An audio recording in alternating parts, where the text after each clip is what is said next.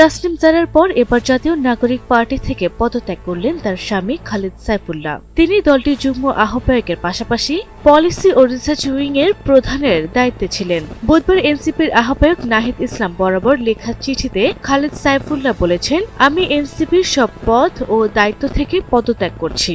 চিঠিতে তিনি আর কিছুই লেখেননি। এনসিপির সদস্য সচিব আক্তার হোসেনকেও এই চিঠির অনুলিপি পাঠানো হয়েছে। এর আগে গত রোববার বিকেলে জামায়াতের সঙ্গে এনসিপির নির্বাচনী আসন সমঝোতার আনুষ্ঠানিক ঘোষণা আসে। এই আলোচনা চূড়ান্ত হলে আগের দিন এনসিপি থেকে পদত্যাগ করেন তাসনিম জারা। তিনি দলটির জ্যেষ্ঠ যুগ্ম সদস্য সচিব হিসাবে দায়িত্বে ছিলেন। ঢাকা ৯ সংসদীয় আসনে এনসিপির মনোনীত প্রার্থীও ছিলেন তিনি।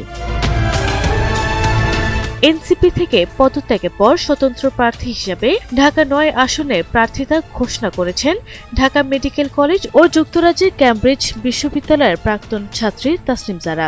স্বতন্ত্র প্রার্থিতার জন্য স্বাক্ষর সংগ্রহ ও মনোনয়নপত্র জমার প্রক্রিয়ায় তাসনিম জারার সঙ্গেই ছিলেন খালেদ সাইফুল্লাহ। তিনি ঢাকা বিশ্ববিদ্যালয়ের আইন বিভাগে পড়াশোনা শেষে যুক্তরাজ্যের অক্সফোর্ড বিশ্ববিদ্যালয়ে স্নাতকোত্তর করেছেন। জামায়াতের সঙ্গে এনসিপি নির্বাচনী সমঝোতাকে কেন্দ্র করে তাসনিম জারা, খালেদ সাইফুল্লাহ সহ এখনো পর্যন্ত ৮ জন নেতার দলটি থেকে পদত্যাগের খবর পাওয়া গেছে। এর বাইরে অন্তত ৫ জন নেত্রী এ বিষয়ে বিরূপ প্রক্রিয়া জানিয়েছেন, যাদের মধ্যে ২ জন এনসিপির মনোনীত প্রার্থী হয়েও নির্বাচন থেকে সরে দাঁড়িয়েছেন।